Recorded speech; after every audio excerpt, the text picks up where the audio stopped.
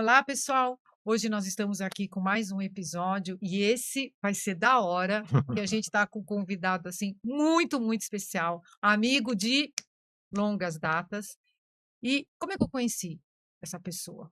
Eu conheci porque eu estava numa convenção de um franqueador e do Grupo Trigo, na época era só Spoleto, e eu fui na convenção e sei lá, todo mundo badalando, porque o Edmur, vai ter a palestra do Edmur, porque vai ter a palestra do Edmur e tal. E eu sentei e falei, bom, vamos ver a palestra, e realmente eu me encantei com a originalidade, com a criatividade, com a forma como ele colocava as coisas assim, de uma forma tão simples, mas de uma forma tão objetiva, tão clara.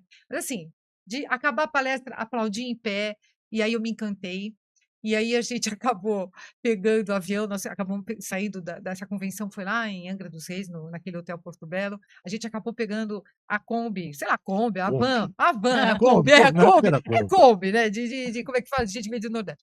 A gente pegou a van para o transfer para ir embora, e aí a gente se conheceu, e aí a gente começou a conversar, e foi assim, amor à primeira Foi mesmo, vista, foi mesmo. e nunca mais a gente, né, deixou de se falar. O Edmur, a gente se encontra, né, em vários clientes, ele tem uma forma de enxergar, uma forma de analisar o contexto do varejo, até pela própria experiência dele, mas muito com essa pegada muito tecnológica, de inovação. Então, quer dizer, é um prazer, eu acho que a gente está aqui mais para aprender, né, Thaís? Nós vamos ficar E eu vou quietas ficar hoje, porque quieta, só vou ficar tomando isso. notas mentais. A gente só faz isso, Eu sou anota fã. aí.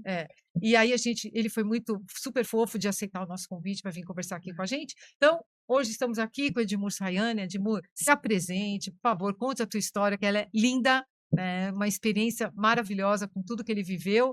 E essa pessoa aqui que vocês estão vendo, simples, inteligente, carinhosa, amável. Olha, elogios daqui até amanhã. Não dá para falar. Que coisa linda. O privilégio, na verdade, o privilégio é a honra, né? A maioria dos lugares que me chamam para trabalhar, privilégio e honra. Aqui é privilégio, honra e prazer. E é uma honra para mim estar aqui, num lugar até peculiar, diferente, né? Que vocês estão fazendo esse podcast. Quem não vê onde é o podcast não sabe, mas um dia vocês deveriam filmar lá fora, porque é dentro de um shopping. Eu nasci em Ribeirão Preto, 70 anos atrás, e aí minha carreira foi um negócio muito louco, né? Porque eu era filho de pai cheio de problema e mãe que mandava, a gente acabou de falar. E meu pai e minha mãe me deram duas referências assim. Meu pai era aquele cara que gostava de fazer o bem para as pessoas. Minha mãe falava, para a família nada, para os outros tudo. Ele era assim, ele era assim. E minha mãe era aquela que eu saía de casa e ia para a escola. Quando você tirou na prova, filho? 8. Estudou, filho? Não, deveria ter estudado para tirar 10, entendeu? Então, meu pai me ensinou a fazer o bem e minha mãe me ensinou a fazer bem. Certo? Esse foi um grande diferencial na minha vida. E eu, a vida toda, né, eu percebi que quando você é muito bonzinho e não trabalha com pessoas competentes, não dá certo, e assim por diante. Então, eu aprendi um monte de coisa na infância, até que eu fui estudar no ITA, que foi uma mudança de vida assim, muito louca, porque eu não tinha dinheiro nem para fazer a inscrição do ITA. Deu uma maior tilt no cursinho, meu pai era maníaco-depressivo, ficou em crise, eu tive que internar meu pai. Então era um negócio muito, assim... E minha tia, Maria, uma criatura maravilhosa, falou, de Murzinho, né? Eu sou de Murzinho, meu pai é de Murzinho, eu vou te pagar a inscrição no exame do ITA. Eu fiz Mapofei, ITA, entrei em São Carlos, e em segunda chamada eu entrei no ITA. Alô? Alô? Quem é você? Edmur José Sayane Júnior. Aqui é o Aloysio Machado Margarido Pires, diretor de alunos do ITA. Ih, fiz merda. Fiz alguma besteira. Né? Não, você foi aprovado. Nossa, gente. Em segunda chamada, houve 5 desistências, você foi aprovado. Meu pai saiu, já tinha desinternado, né, fez tratamento, saiu lá do quarto, assim, sabe, todo completamente dopado, né, naquela época. Filho, o que está acontecendo que você está chorando? Comecei a chorar na hora, né? Pai, entrei naquela faculdade. Ele, qual? Aquela que não paga nada? Eu falei, pai. Aí, e minha mãe lá embaixo me vendo chorar. Filho, que é isso? É cobrador, né? Então, essa era a minha situação. Essa era a minha situação, entendeu? E entrei no ITA. Lá eu convivi com gente completamente maluca, né? Os caras, inteligência lá em cima. Eu e o Silvio Meira, que é um cara, colega meu, esse é o rei do TI do Brasil, a gente disputa quem foi o pior aluno do ITA. Eu ou ele, entendeu? E fica nessa história. Mas, Dani, consegui me formar, tive filho em abril do último ano da escola, que é uma loucura, né? Eu tive um filho, casei. Ele foi na minha formatura e eu fui à minha formatura sem saber se eu tinha passado ou não. Como assim? Você fez as provas e não foi ver a nota? Exatamente isso. Certo? Olha, minha mãe, meu pai, todo mundo lá, né, e tal, e meus amigos que sabiam que eu não tinha visto a nota, e daí, o que vai acontecer se você não passou? Eu falei, sei lá, não sei. Eu acho que eu passei, porque eu, né, me esforcei e tal. Sei, boa. Graças a Deus. Graças a Deus, você nem fala. Fui trabalhar no CTA, fazendo foguete. Por quê? Porque era um lugar que remunerava bem e tinha um monte de amigo meu. Eu falei, se eu precisar de ajuda, eles vão me ajudar lá. Aí fiquei lá, fui para Johnson & Johnson, porque o salário começou a... Não tinha reajuste por inflação, nada. E eu tive segundo filho 2 anos depois. Aí fiz Johnson & Johnson, fábrica. Aí fiz aquilo que eu queria na vida, ir para marketing. Durante o ITA, eu dava aula de português no cursinho. De tanto que eu gostava de engenharia. Dava aula de português. E aí eu fui para marketing. Na verdade, na Johnson & Johnson, eu fui para vendas. Né? Fui fábrica, engenharia, fábrica, administração de vendas, pronto, e promoções, né? Que na época trade era promoções. Fui para o Rio de Janeiro, primeiro fui para Santista Alimentos, porque um cara falou que eu tinha que voltar para a fábrica na Johnson & Johnson. Depois fui para o Rio de Janeiro, dobro de salário, dobro tudo dobro. Pagava carro zero para mim, apartamento, e eu vivia no vermelho, porque eu casei no 5º ano de faculdade, vivia no vermelho. E aí fui fazendo carreira da maneira que as pessoas não faziam, que era trocando de emprego.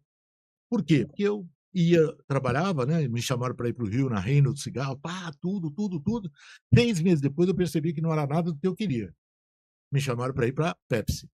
3 anos e meio depois, a Pepsi tinha feito um monte de promessas para mim, eu aprendi um monte de coisa em franquia lá, porque eu era franqueador de cara que tem fábrica e frota de caminhão. Rico. Sim. Franqueado rico, entendeu? O cara que chutava, assim. Tanto é que, quando eu fui para Brasília, não deixava eu entrar lá, porque o chamava de gerente de operações, tinha feito muita besteira com ele. Ninguém da Pepsi entra aqui. E eu fui, cantei o cara, tomei 6 vodka no almoço com o diretor comercial, para ele me encaminhar para os franqueados, para conquistar os franqueados, e aí fui lá e conquistei os franqueados, fiz muita coisa boa. Primeira experiência de franquia. De lá eu saí, fui para a Mesla, que foi onde eu nasci, nasceu minha veia de varejo, né? Eu comecei a trabalhar na fábrica de sapato do meu pai, aprendi que ajoelhar para o cliente é muito importante, né? Mas daí, nessa época da Mesla, eu aprendi varejo, fui para o Banco Nacional, na Nacional Seguros, fazer um trabalho lá muito bacana. O Ayrton Senna era o personagem do Banco Nacional e o filho do Marcos Magalhães Pinto falou para mim, eu quero que você use, eu era diretor de marketing, o Ayrton Senna na propaganda da seguradora. Falei, doutor Marcos, o senhor pode me demitir, mas eu não vou usar, porque o Ayrton Senna é risco puro. E seguradora é anti-risco. Ele olhava para minha cara, falava, moleque insolente, não sei o que lá. Eu era novo, né? Eu tinha 36 anos nessa época. Eu tinha sido diretor da Medro, depois fui para lá. Na Medro eu tive 11 mil pessoas trabalhando comigo. Mudou minha vida, porque eu aprendi o que é liderança de verdade. Na Nacional, aí sim, aí você falou de disrupção, eu falei, sabe o que nós vamos fazer? Pagar o seguro alto valor de mercado em 7 dias ou devolver todo o dinheiro que você pagou se eu não pagar em 7 dias. Ixi, então, a gente fez uma aposta que nenhuma seguradora fazia. A gente cresceu de 11ª posição para a 5ª, triplicou o faturamento, triplicou o lucro. E o doutor Marcos falou assim, ainda bem que você não me obedeceu, né? Porque tudo que a gente fez aqui, que era uma coisa assim, eu pegava, vocês que são advogados, é muito lindo isso, né? Antes de assinar na proposta, estava escrito assim, leia as cláusulas de exclusão, todas em bold, não eram sublinhadas, não eram entrelinhas, entendeu? Todas em bold. Assim, essa aqui, pegadinha, todas em bold. O vendedor falava, os vendedores do banco, o corretor, não vai vender. O cliente adora honestidade. A hora que ele viu aquilo ali, que a gente estava sendo honesto dessa forma, ele já gostou muito. 7 dias o seu dinheiro de volta, quase morreu. Quase morreu, e nenhuma seguradora quis fazer. A gente voou. Infelizmente, aconteceu um episódio lá que a área de operações tinha que me ajudar a pagar em 7 dias. O diretor era o Francisco Dionísio, bacana. O Francisco falou para mim assim, eu te ajudo, vamos conversar com o nosso pessoal. Galera de operações mudou de 30 dias para 7 dias sem mexer no sistema. toca um processo. Aí tinha um bônus para eles. Na última hora, a diretoria negou o bônus. Fiquei eu e Francisco com a brocha na mão, saí do Nacional. Ganhava dinheiro lá, e eu nunca ganhei tanto dinheiro quanto eu ganhei lá. Só que meu problema é esse, né? Eu não ficava feliz se eu não tivesse acordado achando que valia a pena trabalhar. Esse negócio de geração Z hoje, eu era geração Z há muito tempo. Eu tinha 3 filhos para sustentar, ex-mulher, mulher, ex-mulher. A minha mulher não, que ela não, eu não precisei sustentar ela. Mas tinha meu pai, minha mãe, minhas irmãs, minha avó, mas eu mudava de emprego. Tirava o pé de um e ia para o outro.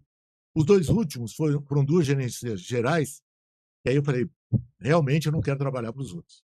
Eu era CEO, cheguei a ser CEO e abri minha empresa, que é a Ponto de Referência, que faz uma coisa só. Ela ensina todas as empresas que atendem, não é só varejo, é todo mundo, a importância do cara lá na ponta, que é quem está na frente do cliente. É ele que está na frente do cliente.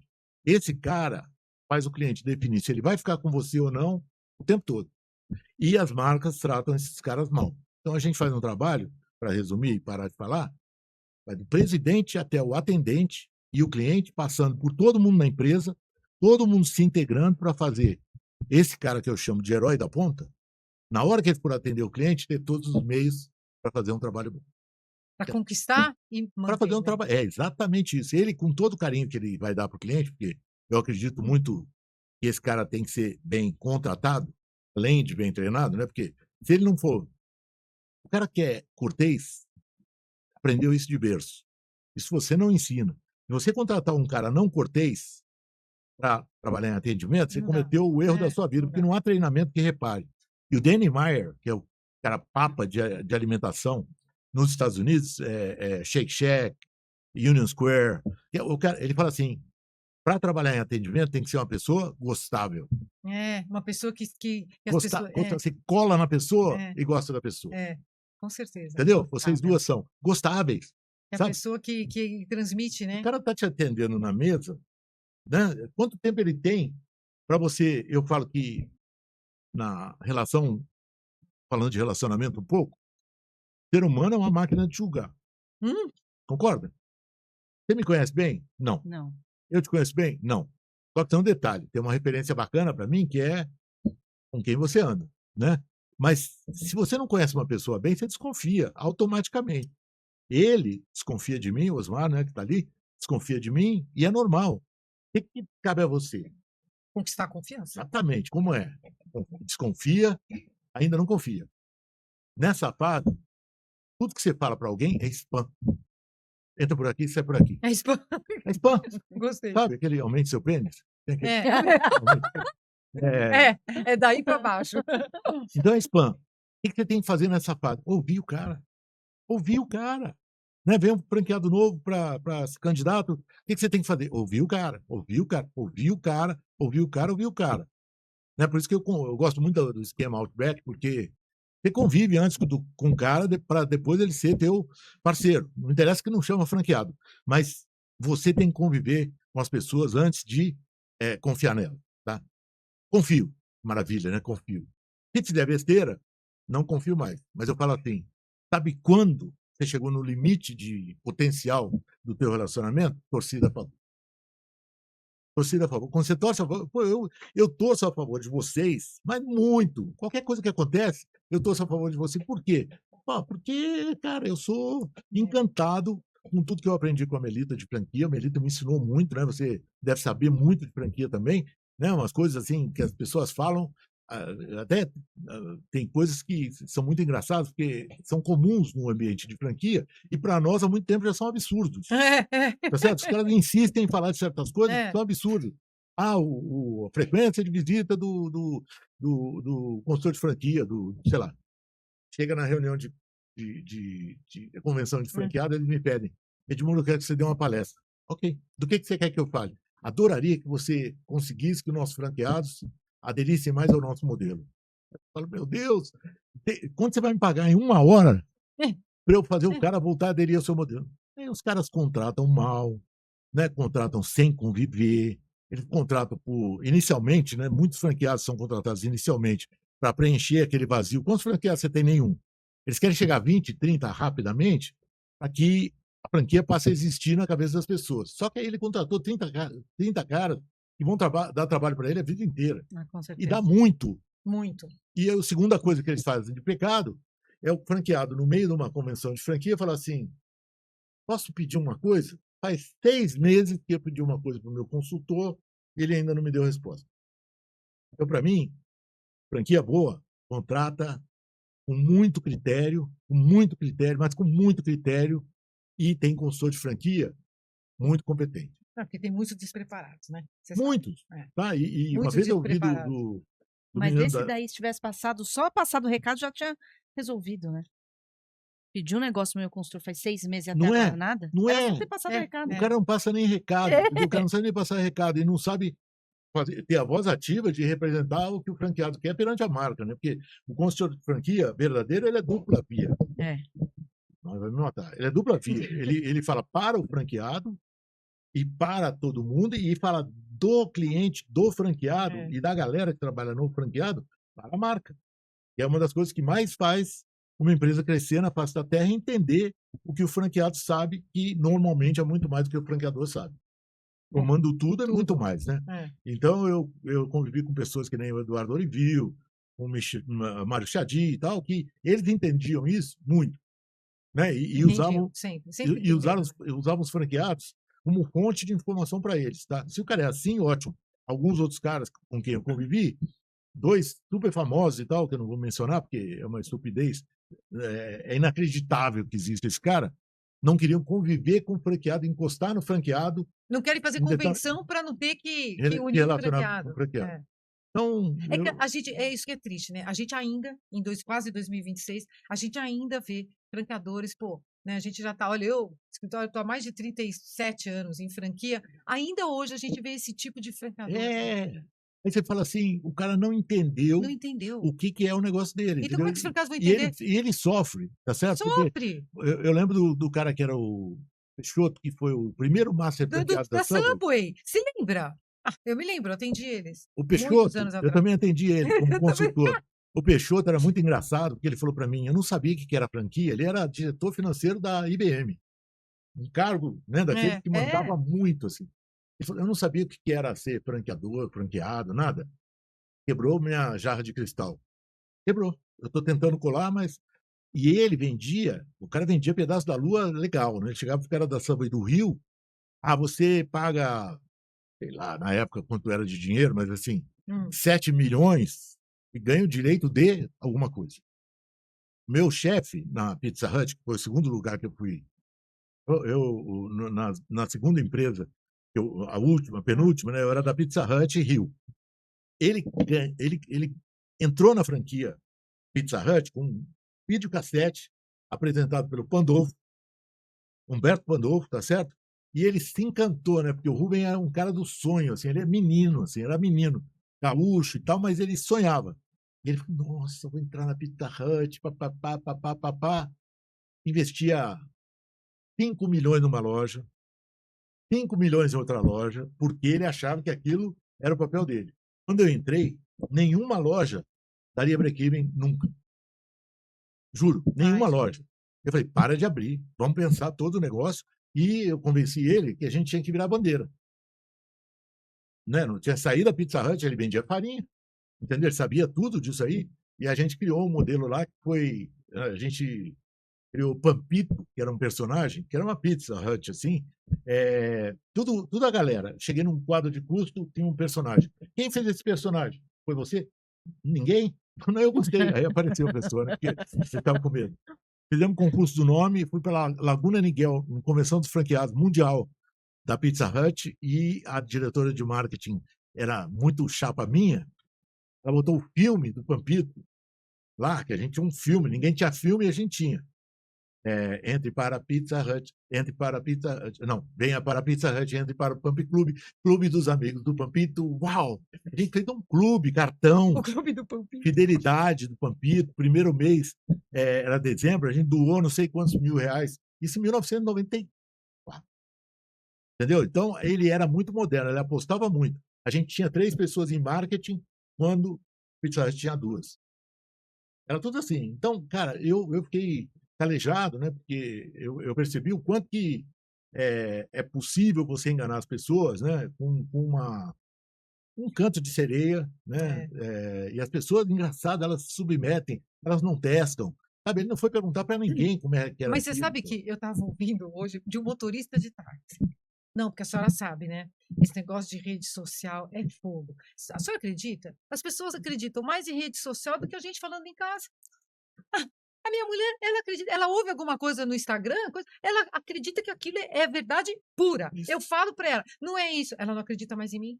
Eu virei e falei, olha que momento que nós estamos, né? E o pior é que é verdade. Não, As pessoas acreditam piamente naquilo que elas ouvem numa rede social, no Instagram, porque um que falou, porque um que fez, porque aquele é uma celebridade ou esses e influenciadores, tem uma né? recomendação, Mel, isso aí é absurdamente verdadeiro, mas tem uma recomendação que se faz, fale com o franqueado para ver se a sua franquia é boa.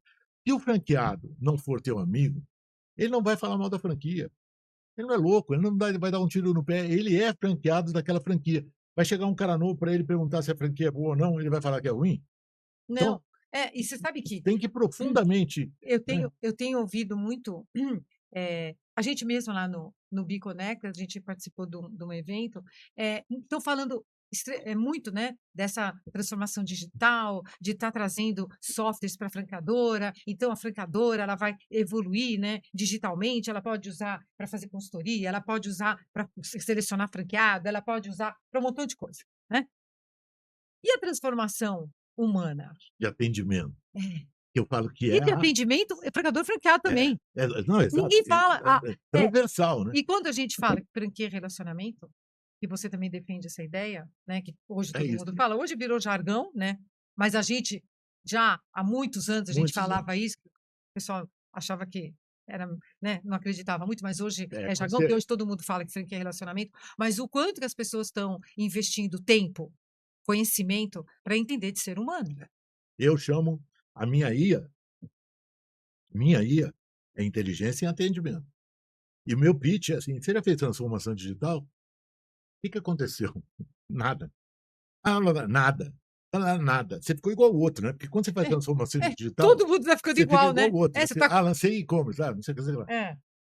Verdade, Thaís, quando eu fiz esse trabalho na Nacional, certo? Depois na Pizza Hut, de quebrar os paradigmas, tá certo? Na Pizza Hut já tinha um problema que era qual? Como é que eu tiro a criança do McDonald's? A criança não gosta de hambúrguer, ela gosta de batata frita, de pizza e de hot dog. Então eu falei, eu tenho uma força, agora não vou lançar Mac Pizza Hut feliz. Eu criei, naquela época, um cartão de fidelidade, que eu não chamo de fidelidade, mas de incentivo à compra para as crianças. Em 3 meses, tinha 70 mil sócios da Pizza Hut. O filme que a gente fez era um cara aqui em São Paulo que estava fazendo desenho animado com um computador. O primeiro cara que fez. Quanto custa? Ele falou, um monte de dinheiro. Eu falei, cara, que tal se eu fizer e você falar que a Pizza Hut fez? Era eu falando, né? Era a Pizza Hut. Em Laguna Niguel, quando a gente mostrou esse filme, Laguna Niguel, Ritz-Carlton, eu nunca tinha ficado na minha vida. O chique do chique, né? Todos os franqueados levantaram e aplaudiram de pé o fato de ter alguém que pensou na Pizza Hut peitando o McDonald's. Sabe por quê? Porque a Pizza Hut não era concorrente do McDonald's para eles. Falei, cara, o McDonald's faz a coisa mais sábia que tem, que é viciar a criança em hambúrguer. Né? E daí para frente, vai embora. E depois que ela chega a 15 anos, ela vê quanto que é ridículo, ela vai para o Burger King. Ela muda para o Burger King. Mas o McDonald's fez um trabalho brilhante com isso aí. Por que a gente também não faz? E as crianças viam, puxavam os pais, né? Porque tinha uma roletinha que ela brincava, ganhava alguma coisinha e tal. Isso é pensar fora da caixa. Só que, então, na Nacional, eu tinha um presidente louco, barrido, e ele olhava para minha cara e falava, bora fazer, Edmundo? Bora, vamos embora. E corajoso. Incentivava, né? E o Rubem Vitória, que era esse da Pizza Hut, porra, cara, isso aí que a gente queria fazer, é isso que a gente quer, sabe assim? Então, a verdadeira disrupção nasce de um dono corajoso. Empresa de dono, né, é muito mais propensa a fazer disrupção é empresa de executivo. De O corporativo. executivo fica morrendo de medo É o emprego que do está em jogo. resultado dele. É o bônus, é o resultado, bônus, entendeu? E tem um cara que chama Clay Christensen, que foi o cara que fez Innovator's Dilemma, que é o livro primeiro de disrupção. Ele fala, ó, tá tudo vendendo bem aqui e dando margem. Não fala de inovação para esse cara. Ele não vai querer. Tem que abrir um apêndice do lado. Para não né? mexer naquele bolo. Nem mexe naquilo ali, porque se tiver que investir aqui com a verba dividida, começa a dar problema aqui, ele tira dinheiro daqui e põe lá. E pronto, aí acabou. E já fecha aquilo lá. Por isso que startup faz disrupção, é um dono louco, tá certo? Que está lá fazendo.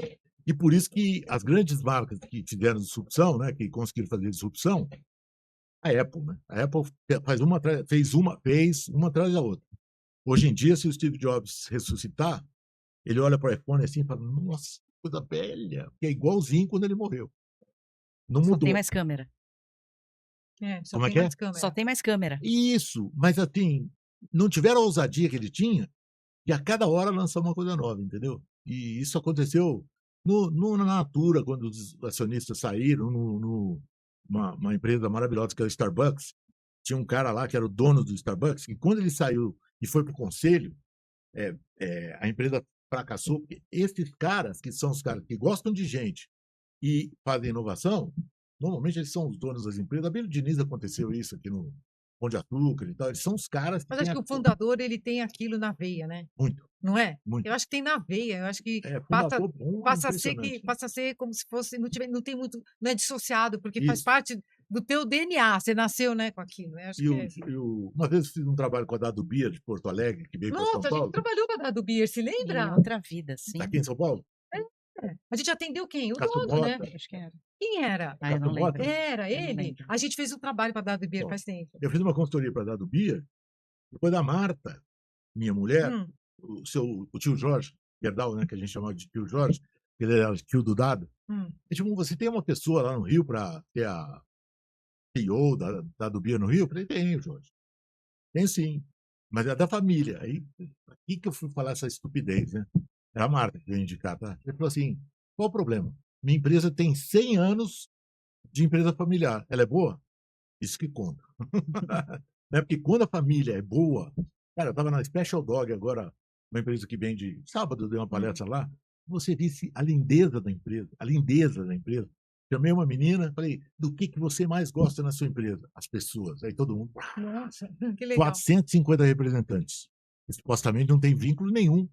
O negócio, tá certo? Os 450 aplaudiram de pé. Empresa do quê? Ação de cartão. Special Dog, tá? Special Dog. Sei. Linda empresa. Então, vamos lá. O que é a essência da história do relacionamento? É um dono que tem... Vou falar 4 hashtags agora, tá? Da minha vida. Meu pai. Tem que cuidar de gente. IGP. Interesse genuíno em pessoas. Eu tenho interesse em você, mas eu tenho que te ajudar. PPTA. Como eu posso te ajudar? A primeira eu me interesso por pessoas. Segundo, eu quero saber como eu posso te ajudar e quero te ajudar. É a melhor competição que tem, né? Quantas pessoas você ajudou ontem? Quem mais ajudou vai para o céu mais rápido. A minha mãe mandava 2 que eram pesadas, né? Eu trabalho numa empresa que tem interesse genuíno em pessoas e me ajuda. Só posso trabalhar se eu ganhar elogio todo dia fazendo as coisas que eu faço. É o mínimo que eu tenho que fazer. Então, não é que você tem que ser bonzinho com as pessoas. Você tem que merecer ter pessoas boas e elas, em contrapartida, têm que merecer trabalhar na tua empresa. Então, primeira coisa, elas não fazem nada que não seja para ganhar elogio. É o mínimo que elas fazem. Eu vendo. Não, vendo não. Vendo, mas o cliente manda uma ligação para mim dizendo que a venda foi maravilhosa. Vendo, mas o cliente posta agradecendo. Resultado, né? Resultado. Não é esforço. Nobre, né? Resultado nobre. E a outra coisa que minha mãe falava muito é o cada vez mais e melhor. Então IGP, interesse genuíno em pessoas, CPTA, como posso te ajudar, elogio todo dia, ETD e CVMM, cada vez mais e melhor. Pega uma empresa que faça isso, né? Então eu falo, entre o bem e bem, a primeira coisa que a empresa tem que fazer é o bem. É ter interesse genuíno em pessoas e ajudar as pessoas, construir uma história com elas, ajudar a construir uma história. Não é plano de carreira, é plano de vida. É plano de vida. A pessoa, no fast food, a pessoa vai ficar trabalhando com você quanto tempo? Se você ajudar essa pessoa a construir um pedaço novo da carreira dela durante os 2 anos que ela fica lá, nos 2 anos que ela fica lá, ela vai dar o sangue dela.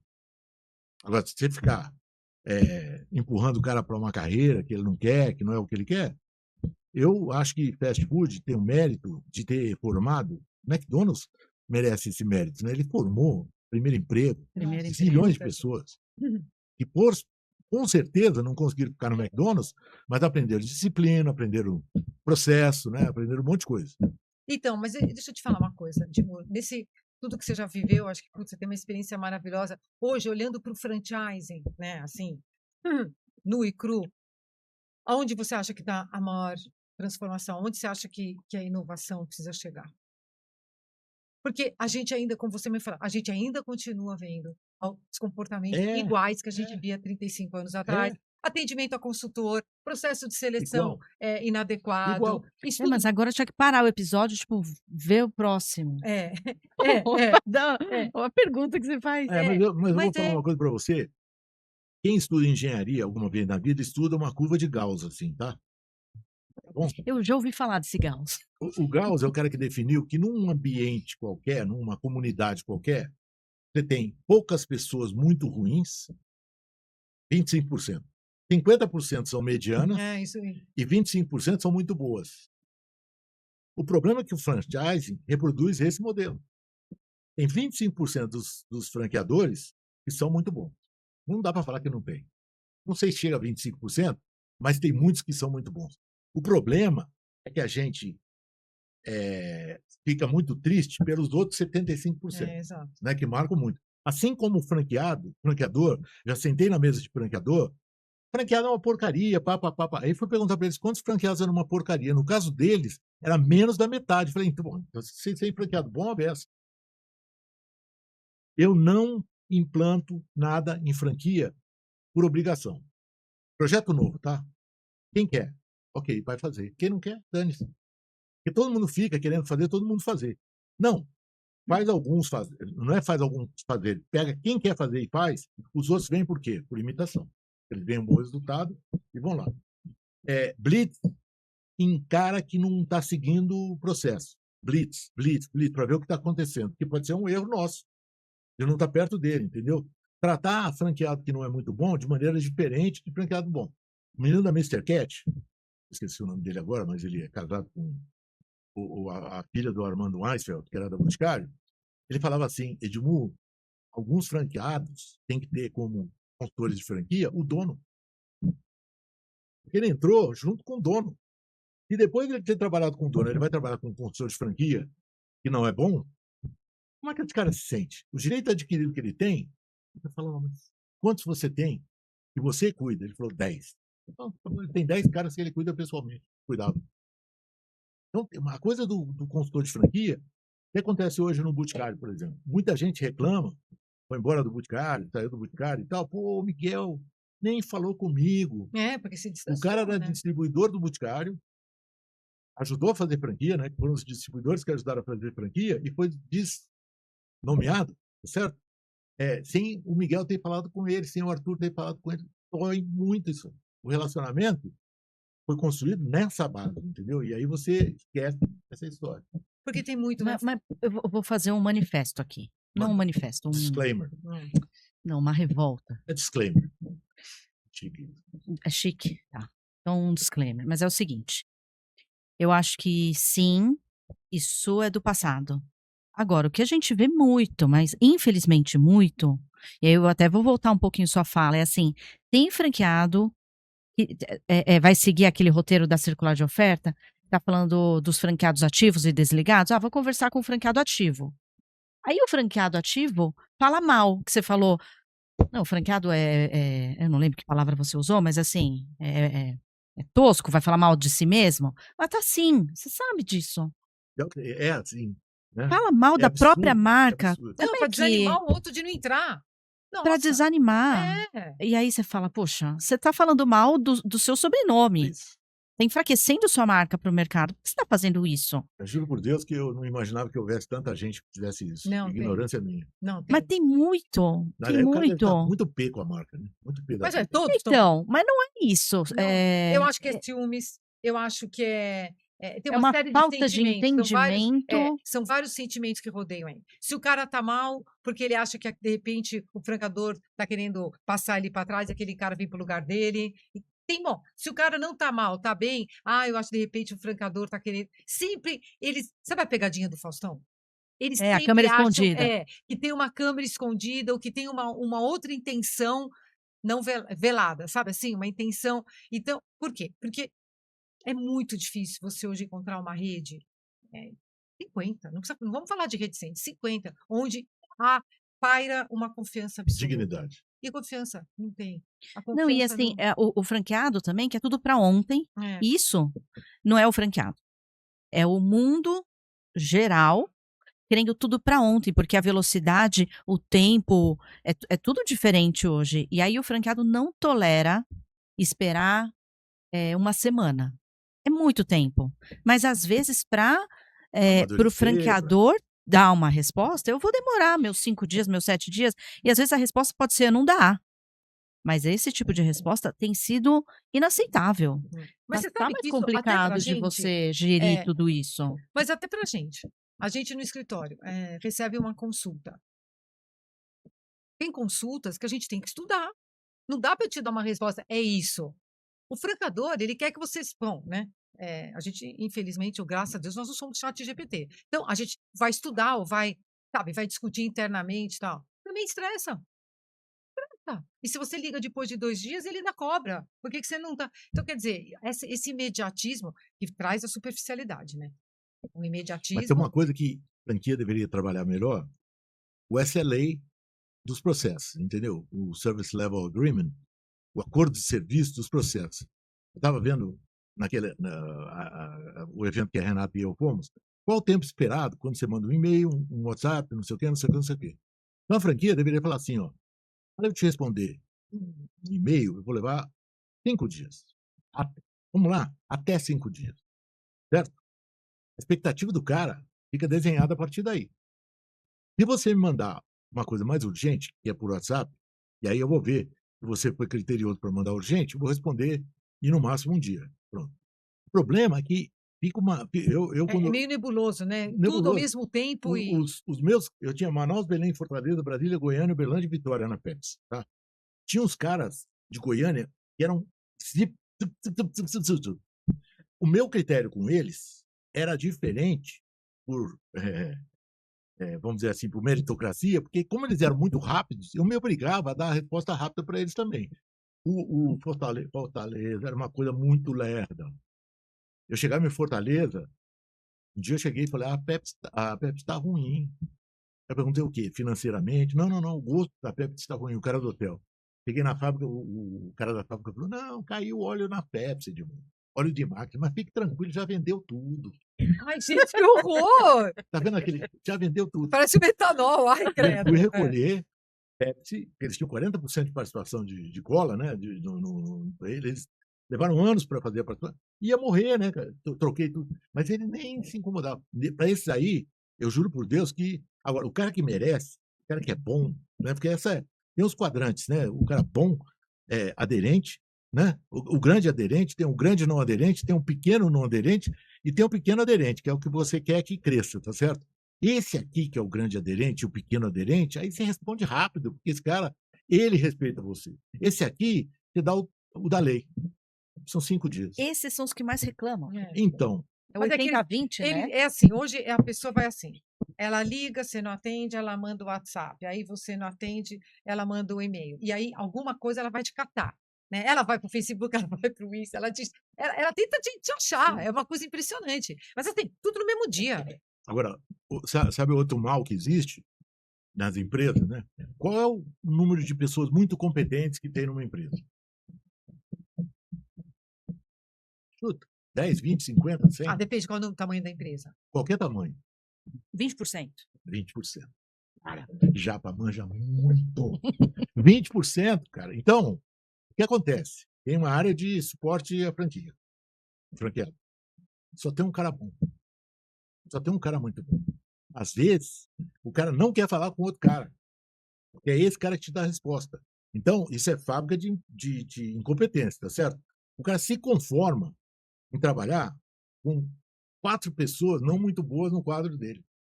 Às vezes é melhor ter 3 do que ter 5, sendo É que 4 lógico. são Mas muitos. com franqueada a mesma coisa. É Às vezes é exato, melhor ter 50 do que ter exato, 150 exato. que Só te que a dão. mesma coisa que acontece na nomeação do franqueado, né, curva de Hum, Gauss, voltou a curva de Gauss? É igual, né? Acontece lá no quadro do cara. exato. Não, eu quero falar com porra, Josefina. Não, ela não está. Não, a gente vai depois eu ligo. É a Josefina que dá retorno. Tá certo? Dentro do meu trabalho, uma coisa que eu falo é o seguinte: você contrata uma pessoa, ela faz menos, igual ou mais do que você combinou. Certo? Você vai ficar com a pessoa que faz menos do que você combinou? É. Pelo amor de Deus, você está dando. Aí você está dando a sorte, uma oportunidade dela virar azar em 1 minuto, entendeu? Mas as pessoas fazem isso. Mas a gente faz mesmo. Faz E mesmo. outra coisa é um conflito que tem: administração de shopping, lojista, administração de franqueadora, franqueado. O cara é dono. Ele não é empregado, não, ele é dono, você tem que respeitar ele. Ah, sim. O pessoal de shopping, às vezes a administração de shopping, trata mal o lojista como se fosse, ele não entende. Como não? O dinheiro é dele, ele investiu ali, ele sabe tocar o negócio dele. Então tem um menosprezo por essa relação, achando que o cara tem exceções, né? Água doce, certo? Água doce, é. Não é? Não, eles Diferente. comentaram. Ai, gente, olha, eu estava conversando com o Delfino. Aí ele. Não, Delfino, Golfeto e Delfino, Júlio, Mel, né? tudo tá mudado, né? Não, porque você se lembra na nossa É, época. Eu falar, ai, nossa Delfino. época, Pê. Não, eu Quando achei falou tão nossa engraçado. época, É, lascou. Quando o na cara nossa tem época. mais lembrança do que esperança, ficou velho. Exatamente. Tem que Isso ter é esperança. verdade, isso é Mas o verdade. Delfino, ele para mim, né, o Multicoisa, são franquias, cara. A Multicoisa, para mim, é o melhor atendimento que existe. Porque você entra no Multicoisa, o cara te informa sobre cabo Isso. USB É. e coisa para pia do banheiro, entendeu? E eles são sempre humildes, está cheio de franqueado na loja. Então ali tem um embrião ali de coisa bonita, feita Tem. e tal. Muito legal. Eu Tem. gosto muito da. Alimentação, você não vê franqueado, né? Não Alimentação, existe, você não vê não franqueado. existe. Não vê. É impressionante, né? Ele nunca tá na loja. Não, E tem o- exceções. Tem o. Exceções, Não, tem. exceções. É que eu realmente não vou lembrar agora, mas tem o João, Mania de Churrasco de Alphaville, que ele tá lá Sim. na Mas loja e a Mas loja principalmente dele foi cresce. assim que o McDonald's inventou franquia. É. Né? O franqueado era o cara que operava a loja. Tá certo? Ele não tinha dinheiro para fazer a loja, o McDonald's ajudava ele ficava devendo, e aí, enquanto ele não tivesse dinheiro de volta, ele trabalhava que nem um animal, É. entendeu? E o quanto o franchise se distanciou disso, Muito. né? O quanto ele se distanciou que hoje você tem a franquia como investimento. Você continua Então, com o teu negócio então. e você Mas monta é uma porque também franquia. tem um outro paradoxo, né? Você ter franquia é um sinal de status, muitas É, vezes. muito, sim. E aí você vai estar no caixa? É. Vai usar touquinha? Mas o italiano, que tem um restaurante há 40 anos, e ele é o dono, Tem tá? todo dia no Ele tá lá restaurante. de aventalzinho, com o guardanapinho pendurado, porque ainda na canetinha, e tá lá pegando o pedido da sua mesa. Ele tá trazendo vinho para você, ele tá trazendo o pão, ele tá trazendo a comida, e às vezes é um restaurante onde trabalha ele, o filho e uma cozinheira, e uma coca maravilhosa. Ele tem 75 anos, e para ele, aquilo É a lá, vida dele. ele é orgulhoso. Isso. Aquilo que ele está fazendo para ele é nobre. Em nenhum momento ele se sente ofendido, porque depois ele vai lá receber, né? Você vai pagar, você vai. Gente, você vê isso É lindo isso. tanto. Quem tem negócio próprio, eu vejo, o Graziano tem um amigo que tem um negócio de cozinha, gente. É um galpão, parece um shopping. Tudo, tudo que você possa imaginar para cozinha, para casa tal. Tá lá, 6 horas, 6h30 ele tá saindo. E ele volta todo dia às 8h30 da noite. É que Sabe? E é dele. Sabe quantos funcionários eles têm? Acho que pouquíssimo trabalha. Ele, a tia dele, que é a irmã do pai, trabalha no caixa. A outra tia trabalha na administração. O pai aposentou, não está mais trabalhando. Você fica assim, meu Deus. nos Como é Estados que pode? Unidos, Tudo onde tá- velhinho, gente. velhinho não, por favor. Velhinho não, mas estou falando. É gente com 65, 70, 80, trabalhando e feliz. Feliz. Tem uma coisa que erraram muito. Nos Estados Unidos tem um mama and pop. Papai e mamãe. Eu sempre falo que o cara, quando trabalha com alguém, rende muito mais, né? Vocês duas, se estivesse sozinha, ia ser muito pior. Porque ter duas pessoas que eu e a Complementa, né? Marta, não sei o que, não sei o que lá.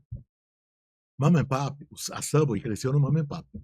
Ela dá a franquia para um cara que é ele e a mulher dele trabalhando. Custo zero, né? Porque o cara tá lá produzindo e tal. Aqui no Brasil, existe uma confusão do franqueado com um empreendedor. E eles falam isso, a gente quer empreendedor. Não deveria querer empreendedor, deveria querer operador. Mas quando você contrata um cara e chama ele de empreendedor, primeiro que ele não faz o padrão de jeito nenhum, porque ele quer inventar a coisa. Antes de aprender, O ele já quer empreendedor, inventar. ele arrisca. Exatamente. Ele é corajoso. E ele quer arriscar em coisas que a franquia sabe que dá certo e ele se arrisca mesmo, assim. E aí é kamikaze, né? Porque ele faz besteira. Mas tem muito isso, né? Eu falo que nós todos aqui, a gente é empregado, porque tem hora que você tem que ralar, você é empresário e, falando de disrupção, né, Thaís? 5% do teu tempo você tem que pensar em inovação. Tem como. O resto é empresariar a empresa, acompanhar o pessoal, ver se está tudo ok, acompanhar o cliente. A The Container Store nos Estados Unidos, o gerente de loja dela tem um assessor econômico, né, para fazer os relatórios, então, para ela não poder ir para o escritório da loja. Ela só fica na loja. Cuidar de quem? Cliente, do produto e do funcionário. Bom, era isso que o franqueado deveria fazer. Mas, infelizmente, não foi assim que se desenvolveram as coisas, né? Multifranquia é o desmentido de franquia. O Denis vem aí daqui a pouco, mas multifranquia é o desmentido de franquia, é o anti-modelo da franquia, porque é um cara e tal, ele vai ter empregado, então a força, toda a franquia que deixa de ter empregado e vira bom franqueado, cresce muito a venda dela. Cresce muito. Você tinha um empregado, né, uma franquia de rede, e aí passa a ser franqueada por um franqueado bom. Natural que um cara que seja dono do negócio toque melhor o negócio do que o empregado, com mais dedicação e tal. E os caras... mas é que sempre a cópia do modelo americano, né? O americano tem franqueado com 1.000 unidades, eles acham lindo. Então, no Brasil também a gente está indo para... Não, eu acho que é o contrário. Acho que o que a Dilma está dizendo é que quando você tem uma operação com o empregado, vai render menos do que com o dono. Sim, mas quando você tem, por exemplo, hoje, o multifranqueado, ele tem várias unidades, não são todas que ele consegue. Hoje, por exemplo, tem multifranqueado que ele só vê, está trabalhando no iPad, no computador. Lógico, Ele só tá, ele não vai em loja, ele tá longe daquilo, entendeu? Ele tá, ok, o cara tem que ser bom gestor de pessoas, o cara tem que ter uma equipe muito bem treinada para ele poder estar nessa situação. Mas eu tô falando, aqui no Brasil, acho muito difícil a gente ir para o modelo americano, por uma série de coisas. Eu tinha um professor que falava isso, ele falava assim, o mercado de ações brasileiro nunca vai ser igual ao americano, porque ação não aparece. Agora, carro, bolsa, isso aparece. E o brasileiro ainda, a gente ainda está, né, na condição de status, de exibir marca, tudo uma coisa que Estados Unidos não, europeu, teve um caso há muitos anos. Foi engraçado, mas foi triste, na verdade. A gente atendia uma marca de roupa, e aí a franqueada, era uma franqueada de Recife, o contrato de franquia foi rescindido prematuramente. E aí a gente tentando entender o que tinha acontecido, porque foi logo depois do desfile de inauguração. Sim. Sim, tão rápido assim? O que aconteceu? Você vai se lembrar. A franqueada ficou muito chateada com as donas da marca, porque elas estavam dobrando as roupas. Porque num desfile, só para o pessoal entender, assim, num desfile de lançamento, também tá vendendo roupa. Né? Então era um monte de roupa que estava ali jogado no balcão e as donas da marca tinham ido para a inauguração, para o desfile e tal. Elas estavam tentando arrumar a loja enquanto estavam naquele desfile e aí a franqueada falou: deixa aí. Eu contratei as pessoas para que elas arrumassem. E elas não perceberam, elas continuaram arrumando para ajudar a franqueada. Não entendeu o espírito da coisa. Acabou a franqueada, se sentiu extremamente humilhada, porque ela trouxe uma marca de São Paulo, as donas se prestaram a dobrar roupa, e ela se sentiu humilhada, e ela não quis mais a franquia. Pois, inclusive, pagou a multa do contrato. Para ficar... Mas olha... Mas é que vai entender... Como é que o franqueador aqui ia entender... Edmundo, vai entender o ser humano. Eu acho que isso vem da escravatura, sabe? Aquele espírito de que quem trabalha... Gente, pois é, coisa de pobre, né? Porque é uma coisa... A gente vê tantos comportamentos distorcidos que você fala, meu Deus, não é possível que a pessoa teve esse tipo de comportamento. Mas é isso, gente, é a complexidade do ser humano. Como é importante, né? Na minha opinião, como é importante o franqueador entender de gente. ele pode contratar quem ele quiser, mas Mas ele tem que essa era um entender. mistério. Como é que elas iam adivinhar que ia acontecer isso? Exato. Era Na verdade, que esse caso aí, eu posso te dizer, que bom que aconteceu isso tão rápido assim, Ah, né? Porque sim. eu tenho, quando eu trabalho cultura, Hum, eu trabalho três níveis de cultura, né? Porque eu cheguei na Zappos. Zappos era um chinês, descendente chinês, espetacular, que fazia o melhor atendimento dos Estados Unidos, e eu tive 2 tumores. Quando eu me curei do primeiro, eu falei, vou me dar um prêmio, vou na Zappos, né? E já tinha ido à Disney, então, eu quero saber como a Zappos trabalha. Foi muito impressionante o que eu aprendi lá, que é assim, não existe valores, 10 mandamentos imperativos. Faça, seja, não faça. Eu faço 3 culturas na empresa. A primeira delas é a cultura de gente e resultado, que tem que estar equilibrada, né? Porque é sinal de vezes, é sinal de vezes, tá certo? Alto fica bom, alto zero, zero, né? Porque se não for gente e resultado, em alto nível, que é o que o líder tem que fazer. Cultura de relacionamento é o que os colegas têm que fazer quando eles estão se relacionando. E cultura de atendimento é todo mundo da marca para o cliente.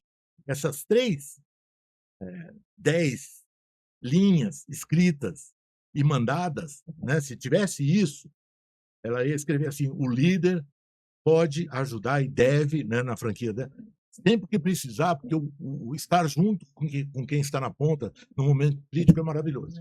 Não ia ter problema. O problema é que as pessoas não explicitam a cultura e ficam achando que o cara que entrou vai entender. Ele pode entender posicionamento, pode entender produto, pode não sei o quê. Por isso que eu falo franquia de corpo e alma, né? Você faz o modelo da loja, papapá, mas não faz o modelo de comportamento que você espera. Isso. Que nem é comportamento, é hábito. É hábito. Então, assim, tem que virar hábito. Não, pior do que tudo, sabe o que é, Melita? Você tem que contratar o hábito. Exato. Por isso que o Outback mas nesse tem essa ponto, facilidade. agora isso que você Outback, a história é falou, muito legal. Muito legal. isso agora me faz repensar se a franqueadora não estava errada mesmo. Que dá. É desse evento que eu te contei. Ela não estava errada, ela estava errada por não esclarecer esse fato inicialmente. Não, eventualmente, se ela estava vendendo luxo e tal, talvez. Ah, agora eu repensei, pode ser. Mas pode ser mesmo. Mas o problema é o seguinte: se existe isso escrito, ninguém vai se questionar. Tá certo? Ninguém vai questionar. Ô, Edmur, tudo isso que você falou, que eu não anotei, tá no seu livro ponto de referência? Tudo isso que eu falei está no nosso podcast. Mas eu. Nossa, ele agora falou, não, Thaís, tem muito mais coisa aqui tem do muito que mais no meu coisa. livro. Não, eu sei, Mas o modelo mental, um dia, se vocês quiserem, o modelo mental que eu descrevi, né, e tem o modelo mental aqui, depois tem 13 fases para fazer atendimento maravilhoso. Começa por um negócio que eu chamo de norte único compartilhado, cultura, visão e essência competitiva. Causa, cultura, visão e essência competitiva. Eu não chamo de propósito, porque propósito para mim é o teu, o dela e o meu. Causa, numa empresa, une os nossos propósitos. Causa é o abraço. Propósito para mim é individual, mas tudo bem. Depois eu vou falar de liderança. Depois eu falo de não sei o quê. Depois eu falo de não sei o quê, não sei o quê, não sei o quê. Tem um método que eu desenvolvi de inteligência de atendimento para fazer transformação de atendimento. E esse vai ser o nosso próximo podcast com o Edmur. Ele falar dessa inteligência e atendimento. Porque, olha, Edmur, isso hoje é tão necessário.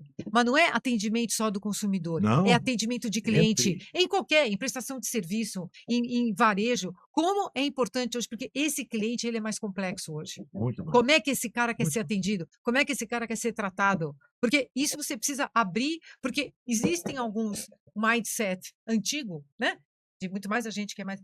Como a gente era atendido, como é que a gente estava. Mudou tudo. Sabe como era? Atenda o cliente como você gosta de ser atendido. Exato. Cadê a empatia? Exato. É exatamente isso. Faça para o outro o que você gostaria que fizesse para você. Agora, eu vou dizer uma coisa para você que é assim: vocês me pedirem qualquer coisa, quiserem fazer qualquer coisa, marca, a gente vai lá. Não, a gente vai fazer, é legal isso aí. Mas o mais importante dessa brincadeira toda que a gente está falando aqui é que pessoas acham que achar gente lembra da curva de Gauss, do lado bom da curva de Gauss, é fácil. Não, é a coisa mais difícil do negócio. A Marta Maria, minha santíssima esposa, tinha um pet shop no Rio, onde trabalhavam, sabe o quê? Pessoas de comunidade de favela. Só que garimpadas. E lá também tem a curva de Gauss. Ele trabalhava com ela, não ganhava o maior salário do mundo, mas tinham um tratamento maravilhoso, uma formação maravilhosa. Ela mandava os caras para a feira aqui, não sei o que, não sei o que lá. Chegou o Cobase no Rio. Tentaram tirar todos os caras da minha loja. Nenhum saiu. E o salário era 30%, 40% maior que o da loja. Porque aí tem uma ligação, uma conexão maior. Não Porque adianta. não é o salário, não é isso que faz o cara gostar do trabalho, é o jeito que ele é tratado. Exato. E uma coisa que eu tenho feito muito, eu deveria ter feito aqui, mas não fiz, porque se deram corda para mim, eu vou ouvir e tal. Você vai Não tem atender o problema, cliente, você certo? volta. Desculpa. Não tem problema, Você você vai volta. voltar, com certeza. Não, eu estou dizendo assim, eu sou lojista e sou vendedor de loja. Tá? O que você tem que saber de um cliente que não tem preço e colocar no CRM? Como ele gosta de comprar e ser atendido. Por que você não chega para o cliente? O que você vai atender, tá? Você vai atender. Você gosta de ver as coisas no computador ou no papel? Você gosta que eu te explique ou mostre no computador? Porque cada um gosta de um jeito. Cada um gosta de um jeito. Gartner, que é o cara de Harvard, detectou que existem inteligências múltiplas, lógico, linguístico, Exato. né? Espacial, musical. Cada pessoa gosta de... Agora, se eu descobrir, né, na entrada, né, essa pergunta é boa. Como você prefere? como você gosta de comprar, como você gosta de ser atendido, receber, que horas você quer que eu te ligue, como você gosta de ver o material. Assim, você prefere ver a proposta que eu estou te mandando antes ou depois, ou na hora de discutir? Pô, eu fiz uma para o Sebrae agora que foi bacana pra caramba. Como é que você gosta de ver a proposta? Antes ou durante a nossa reunião de apresentação? Antes. Tá legal. Vai embora. No dia... É pergunta. No dia você viu? É a primeira fase. É pergunta. Sabe a fase do desconfio e ainda não confio? Nessa hora você ouve o cara. Eu já tive coisas que aconteceram, meu computador quebrou. Cheguei no cara, posso te apresentar em Flipchart? Cara, se você viesse aqui com o teu computador, eu ia ficar muito, muito bravo. Eu não gosto que apresenta o computador. Eu falei, Deus é pai, né? Tá vendo? Deus é pai. Não foi sem querer isso aí. Mas aí fui aprendendo. E todo o CRM de qualquer empresa, nasci no mesmo ano que o Bill Gates, Steve Jobs e o Papa. Quando eu soube que o Papa era mais novo que eu, fiquei bravo. Muito bravo, mas tudo bem. Ele é novinho mesmo, né? Era novinho. Ele é novinho. Agora fez 70, né? Mas eu estou dizendo, e o que eu tenho a ver com eles? Né? Eu sou de Ribeirão Preto e tenho 70 anos. Tem um monte de amigo meu em Ribeirão Preto que tem 70 anos. O que eu tenho a ver com eles? Demografia, dados demográficos, não valem nada. Nada hoje. Nada. Ah, sou de Pinheiros. E daí? O que muda? Como você gosta de comprar e ser atendido. A Sephora até fez uma, sacola vermelha não quero e preta quero. Uma coisa sabe.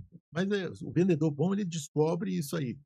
E tal perguntar de cara. Nossa, perguntar tudo, fazer uma listinha de perguntas. Nossa, boa dica, gostei dessa dica. Gostei muito, acho muito, muda todo o contexto. A pessoa se sente acolhida, fala, nossa, ele está preocupado, sabe? Não. E você não erra, você não erra. Melita, olha a coisa mais importante.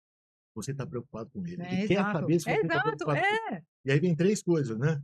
Interesseiro, só quer vender. Interessado, quer saber como o outro compra. Interessante, quer que o outro se dê bem com aquilo que você está vendendo. Interessado, interesseiro, interessante. Tem vendedor interesseiro e acabou, né? Interessado, interessante. O interessado explora. E o interessante entrega coisas maravilhosas. Não, Thaís, quantas vezes a gente vai convidar mais o Edmundo, né? Eu não sei se eu vou convidar para cá ou se vou convidar para o almoço. Para o almoço, nós vamos convidar para o escritório. Ele poderia ficar lá no escritório com a gente uma vez por semana lá, batendo papo. Só convidar. Edmundo, queria te agradecer muito, olha. Foi assim, uma aula, né? Foi uma aula. Eu acho que as reflexões que você coloca, você vê, né? São coisas tão... Não é tão simples, né? Mas simples. A tua história é tão bacana. Não é assim. Gente, às vezes está aqui, né? Não precisa de uma bola de cristal. Está aqui. E por que todo mundo tem tanta dificuldade? Né? Onde está a dificuldade de fazer coisas como você mesmo falou? Que parte de você. E eu fico triste pra caramba quando eu vejo essas idiosincrasias acontecerem no plano de sucessão, primeira a segunda geração. Eu fico tão triste, cara, porque existe um desentendimento nessa fase. Eu já fiz uns trabalhos de sucessão. Quando é bem feito, é maravilhoso, né? Mas quando é mal feito, meu Deus do céu. Edmundo, obrigada, viu, querido? Obrigada, a gente vai combinar uma próxima.